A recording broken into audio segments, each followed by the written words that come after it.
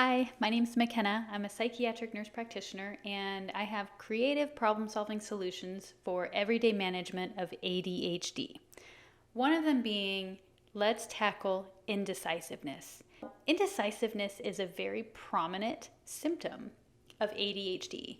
It also is found in anxiety and depression. So if we can tackle indecisiveness, that might help with a lot of distress that many people are feeling. If we could make more purposeful, clear, intentional, and informed decisions that we felt really good about and that positively contributed to our lives and the lives of those around us, that seems to be really valuable. So let's take a closer look at this decision-making process to see how we can get a better handle on it. So we have this brain, and we have a right hemisphere and we have a left hemisphere. If we were to dissect these hemispheres and separate them and then interview them separately, we would find that these hemispheres actually have very different personalities. They have different motives, they have different ambitions, and the way that they see life is very different. Now, mostly these hemispheres work very closely together and they pass information back and forth and try to formulate the best, most functional idea of what's actually going on in the world around us. But once in a while, one or the other hemisphere may dominate a given interpretation or a given situation, in which case it's really important to know the characteristics of each of the hemispheres. The right hemisphere is interested in the whole picture. It's the only hemisphere that takes in new information, and as such, it's always on the lookout, trying to find new things that are going on. It's very interested in connecting with others, any other. It's interested in reading social cues and facial expressions, so it's very motivated by the other. The left hemisphere, on the other hand, is very interested in self-preservation. It's not interested in the other, and it's a good thing because it wants to continue the life of the organism that it's dwelling in, and it wants it to live as long as possible.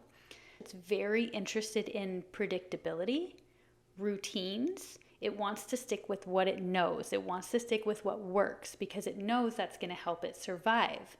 It's not always interested in taking in any new information because new information might mess with what it's already doing.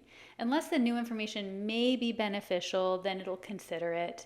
But all in all, it really likes to stick with its script. So if we're feeling stuck and unable to make a decision and we're feeling limited, that sounds like a left hemisphere dominated struggle with that interpretation or with that decision-making process, in which case it would be beneficial to request the assistance of our right hemisphere because, again, the right hemisphere sees the whole picture. And if we're trying to make a decision, we can make a more well-rounded and informed decision if we can see the whole picture. Also, the right hemisphere, again, is in charge of bringing us anything new that we're not aware of. And that's not only visual awareness, this is ideas, these are social cues that others are giving off. These are all sorts of data points that we could be bringing in to this decision-making process. So, how do we strengthen our right hemisphere or request the assistance of our right hemisphere to make a better and more well-rounded decision? Well, fortunately, this is an area of medicine that is well established. We have rehabilitation techniques that we use for stroke patients, depending on which side of the brain the stroke happened on. We strengthen the characteristics of the area of the stroke. Fortunately, you don't have to undergo a stroke to benefit from strengthening the traits of the right hemisphere. Right hemispheric exercises will improve our ability to take in more data from the periphery.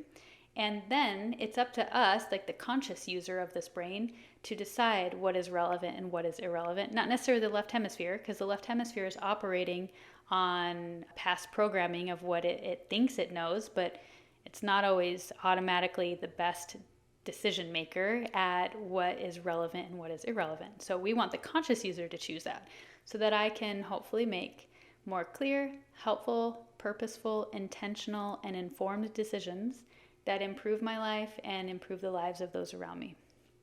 I will further go over this topic in other right hemispheric strengthening exercises. However, just understanding that there is a difference between the two hemispheres and that this is going on in the background of our consciousness is a really helpful, good place to start.